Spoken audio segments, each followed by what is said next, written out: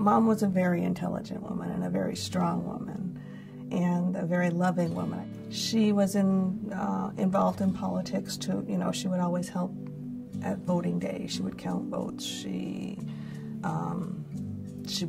volunteered and she donated food to a lot of causes. She would bring people to the polls. She would bring people. When I was little, she always had friends who had to go to doctor's appointments or medical treatment. Mom would take them every week, and whatever was needed, that was kind of her thing that she did. Mom was a consummate hostess. She loved her home and she wanted everyone to be comfortable in her home. So it was always, you know, have a cup of coffee, or what do you need to be comfortable? And she maintained that persona when people would come despite her illness. It's so nice to have you here. Isn't my home beautiful? Welcome, make yourself welcome here. And people gave her that respect right up until the end. So that meant the world to us.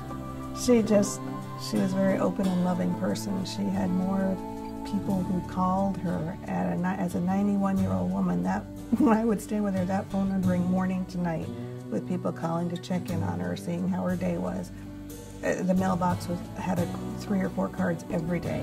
I mean, she was just so lucky. She showed us what goes around comes around, because she had given to these people all of her life, and it was returned, and it was nice to see. But we started noticing changes. Mom would always say, when I stop eating, you know I'm sick, because she always had a healthy appetite, even though she was not a large woman. And we did start seeing those changes. We started seeing her not enjoying things quite as much. And so we spoke with Mom's heart doctor, and he was saying, you know, she's wonderful, but she's not a real healthy woman. And we started worrying about falls. And I thought, well, she can stay in her house if by just a weakening or having trouble breathing or all of those things. But if she breaks a hip or she breaks a shoulder, she probably can't stay in that house. And that was something we really wanted to avoid, in addition to the pain and agony she would be in. I actually was on the phone with her physician at Asclepius, and they said to me, do you think it's time to consider hospice care? I wasn't quite sure what that meant. I mean, I've always associated hospice with death and dying, and I knew Mom was not healthy, and I knew with her age we were getting closer, but I didn't know if that meant a week or two or exactly what that meant. So I asked for an explanation, and they said basically just to provide assistance.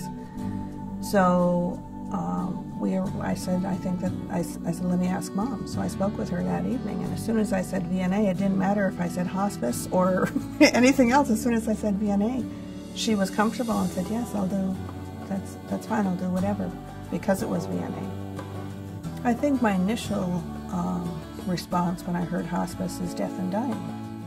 And after meeting the first few wave of people coming in and out, it was living until the point when you die. And that was a wonderful thing. I mean, until someone takes their last breath, they're still living. They shouldn't be treated as if they're a dying person. I mean, their thoughts are still valuable, their feelings are still valuable. Working with people, I don't know how people here do this every day, because it's a certain mindset and a certain heart I think you need to do that kind of work. Everybody who came was a natural. You could tell that they were very invested in their work of helping people, whether it was the patient or whether it was the residual family. And it makes a difference. Hi, my name's Mary. I'm one of the VNA hospice nurses. It's important to know that you have options, and now might be the time to start the conversation with your family. If you think that you may need hospice services now, give the VNA hospice team a call.